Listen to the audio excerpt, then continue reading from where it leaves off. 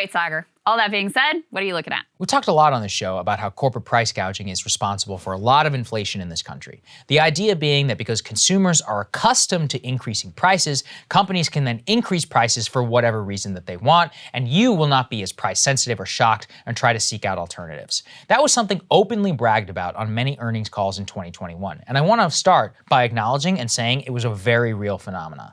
My friend Talman Joseph Smith over at the New York Times, he notes that many corporations over the last 2 years actually made higher profits based upon selling a lower number of goods. That's because the price of those less number of goods was so high. In the aggregate, they actually found over 2,000 publicly traded companies outside the financial sector. Most of them increased sales faster than expenses despite the many challenges around the supply chain, labor costs, and more, earning an extra $200 billion a year in profit than the year before. So those profit margins, which were fueled by consumer willingness to put up with corporate price increases, increase in demand post-pandemic, and then loose monetary policy, were the three key factors in booming the stock market over the last 2 years. But, and this is the key part of Talman's piece, the music is beginning to stop, and a new story is starting to be written for the US economy. First and foremost, as we've already covered here, there are a lot of bad signs in the US economy right now. The savings rate is at the lowest level since 2008. Credit card debt just hit a new record since 2005. The Federal Reserve is jacking up interest rates. Gas is $5 a gallon. Of course, food has experienced double-digit inflation. You combine all of those and you see a major reduction in the coming year or two of the American ability to spend money. What that means, though, is that 70% of our entire economy consists of consumer spending. If it goes down by even a couple of percent, that is catastrophic for millions of people and small businesses. So as before, when the stock market was pricing in high profits from companies, loose monetary policy, and increasing consumer demand, the stock market was going up.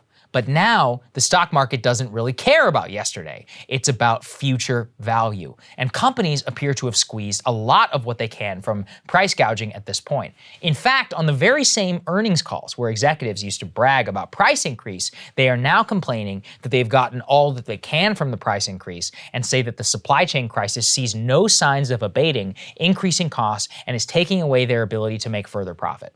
Worse, on top of supply chain woes, which are now increasing prices flat across the board for inputs, we are now seeing a sustained effect of prolonged inflation on the overall economy as a whole. As we commented on before, Walmart, which was even been touted as a so-called recession-proof business, reported a 25% drop in a single quarter as a result of fuel cost, labor cost, but hidden was the most worrisome stat of all. Walmart said food demand had decreased because of increased cost. Target suffered a similar drop in stock. Their CEO reported a 52% drop in net income from the first quarter of 2022 versus the first quarter of 2021. Target said they were plagued by supply chain problems and said they were going to have to spend an extra $1 billion a year on freight costs than expected. Worse, Target is now stuck holding the bag of items that just a few months ago were flying off the shelves: home goods, patio furniture, TVs, and kitchen appliances. Another retailer also reporting similar problems, the clothing company Gap, having their stock drop 18% last week when its revenue dropped for the first time in the last 3 years, with the statistic that same-store sales were down 14% year over year, and online sales declining by 20%. The same is true of Abercrombie & Fitch and many other mall-based retailers. In other words, contagion is beginning to move through the entire economy. And as I warned before, you may not have made money on the way up, but you sure as hell will lose money on the way down. When companies start to get pressure like this from Wall Street, there is only one way left to try and increase profit: fire people. Stop hiring people, stop expansion plans. Cut costs wherever possible, go lean in the bad times. This will obviously have a direct impact on you for your ability to have labor mobility and to continue bargaining for a wage. Worse, that comes at the exact same time that persistent inflation remains across the board because structurally we have not dealt with any of the supply chain problems that actually plague us. In fact, as Heather Long is pointing out here at the Washington Post, perhaps the only way we will not go into recession is if richer Americans don't drop their spending levels. Wealthier Americans today are the only ones still spending big. And because they have so much cash, those numbers can save the top line figure. But consider what that means for all of you who are well and truly hosed in this type of a market. You're beholden entirely to the spending whims of the richest people in America, while you struggle to make the basic ends meet.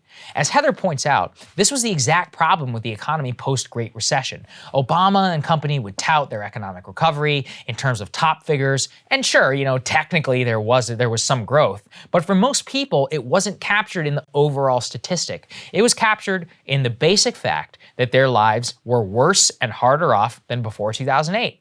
We are now entering a similar period where Biden and his administration continue to tout a great economic recovery and a booming labor market. As usual, I can only end on a somber note. I really think about so many people who watch this show and others, families and service workers who are really struggling. And honestly, it just does not seem like things are going to get better anytime soon. All of the systems at the top are pressuring the Fed to increase interest rates, companies are slowing down, and the only people who are continuing to spend and make money are the rich. It's the same dynamic in America over the last 25 years. And I used to think this thing has got to break sometime. But who knows? It never actually seems to. So I hope that most of you guys hang in there. And I think it's Cable news is ripping us apart, dividing the country, making it impossible to function as a society, and making it impossible to know just what is true and what is false. But the good news is they are failing and they know it.